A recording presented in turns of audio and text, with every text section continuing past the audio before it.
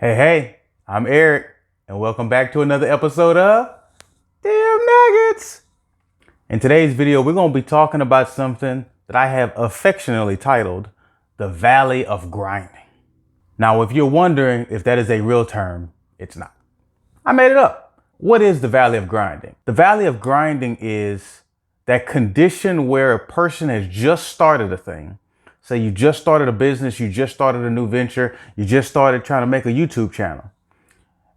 You got some initial work done, but you haven't done enough to be able to really see the fruit of your efforts, and you're starting to get in a low place. That's why it's the Valley of Grinding, because you're in a low place.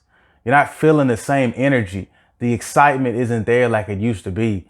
It's just a drudgery of an activity. Feels more like I have to do this versus I get to or I enjoy doing this.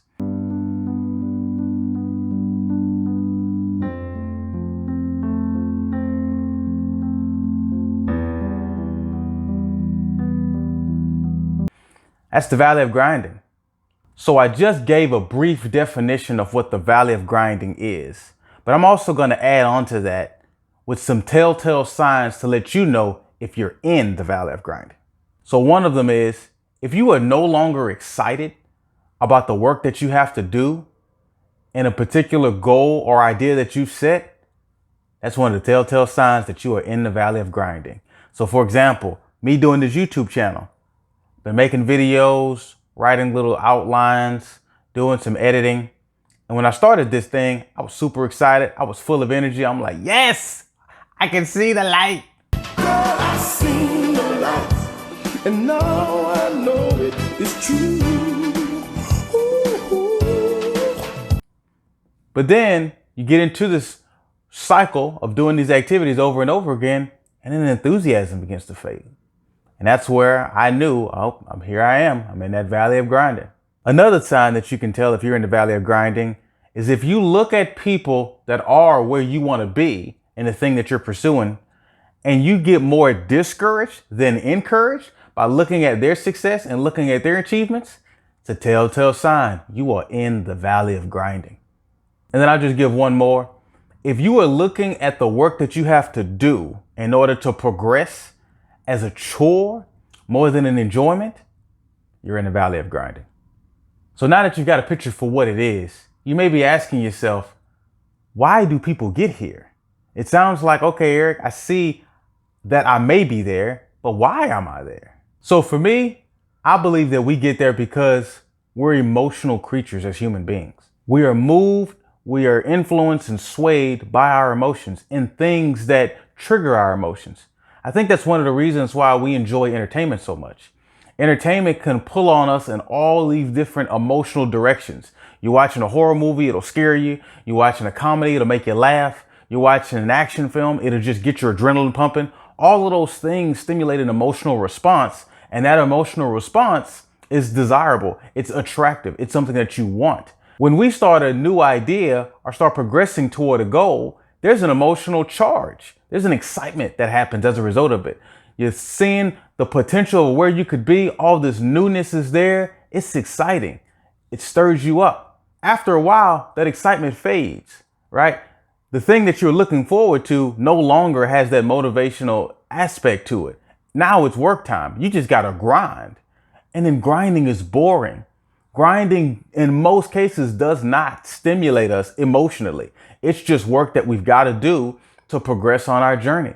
So now that we've understood what the Valley of Grinding is and why we get there, now it's time to do the work.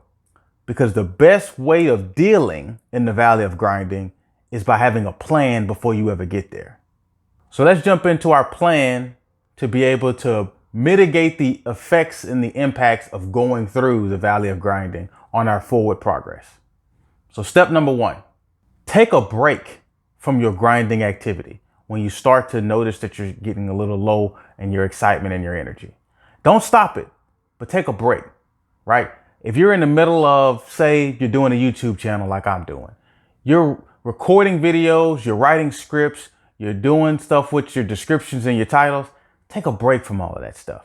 Set a time that you can go off and go watch a movie, go off and go run in the park, go play some basketball, play some video games, do something that gets your mind off of the activity of grinding and lets you get a little bit of that emotional stir and excitement that you get from doing those activities that you enjoy.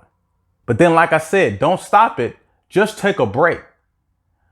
After your break is over, go back and jump into your grinding activity again and kind of play a game with it if you want. Make it to where you have to produce a certain amount of results in your grinding activity before you can get to your next break. Step 2, find something that reinvigorates, reignites that excitement that you initially had when you set this as a goal or when you said you're going to do this new activity. Find whatever that is. If it's a video, if it's somebody going through a grind that gets you fully fired up,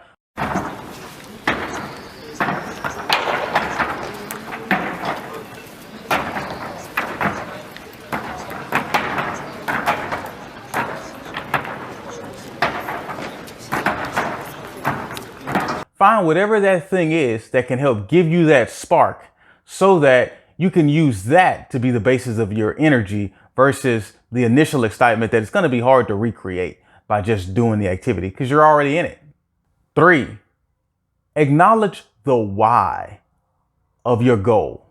What are you doing this goal for? And if you haven't set that, this would be a great time. Find out the reason that this goal, this activity is important to you, and then write it down if you haven't done that, because that could be a big source of motivation to help you in those low times. Just remembering why you're doing what you're doing. And last but not least, number 4, find somebody that can encourage you in your activity and in the pursuit of your goal. And you can't just do this with anybody. So this has to be a delicate search of somebody that you know and trust that has genuinely got your back. One good way of finding a person not to use is to look at those people that you might have shared that idea with in the past that was not supportive of it. Do not go to those people. Instead, try to find somebody that did support your goal in the onset, at the beginning of your journey into it. And if you didn't share it with many people, or you didn't find a person that is encouraging in it, then go on to Facebook groups or different other organizations where there are people that are already doing the thing that you're trying to do, and see if you can find some people there. Because the people that you surround yourself with and the voices that you take into your ears are huge when it comes to making progress towards something that is taking you out of your comfort zone, requiring a lot of work, or that's just generally going to take some time to grind through before you see some results. That's it. We've reached the end of today's nugget. If you like this video, give us a like. If you've got other ideas on how you handle the valley of grinding that I didn't cover, share those in the comments. And if you like these nugget videos as a whole, subscribe and become a member of the Nugget Nation. Until next time, I'm your boy Eric. Catch you on the next nugget.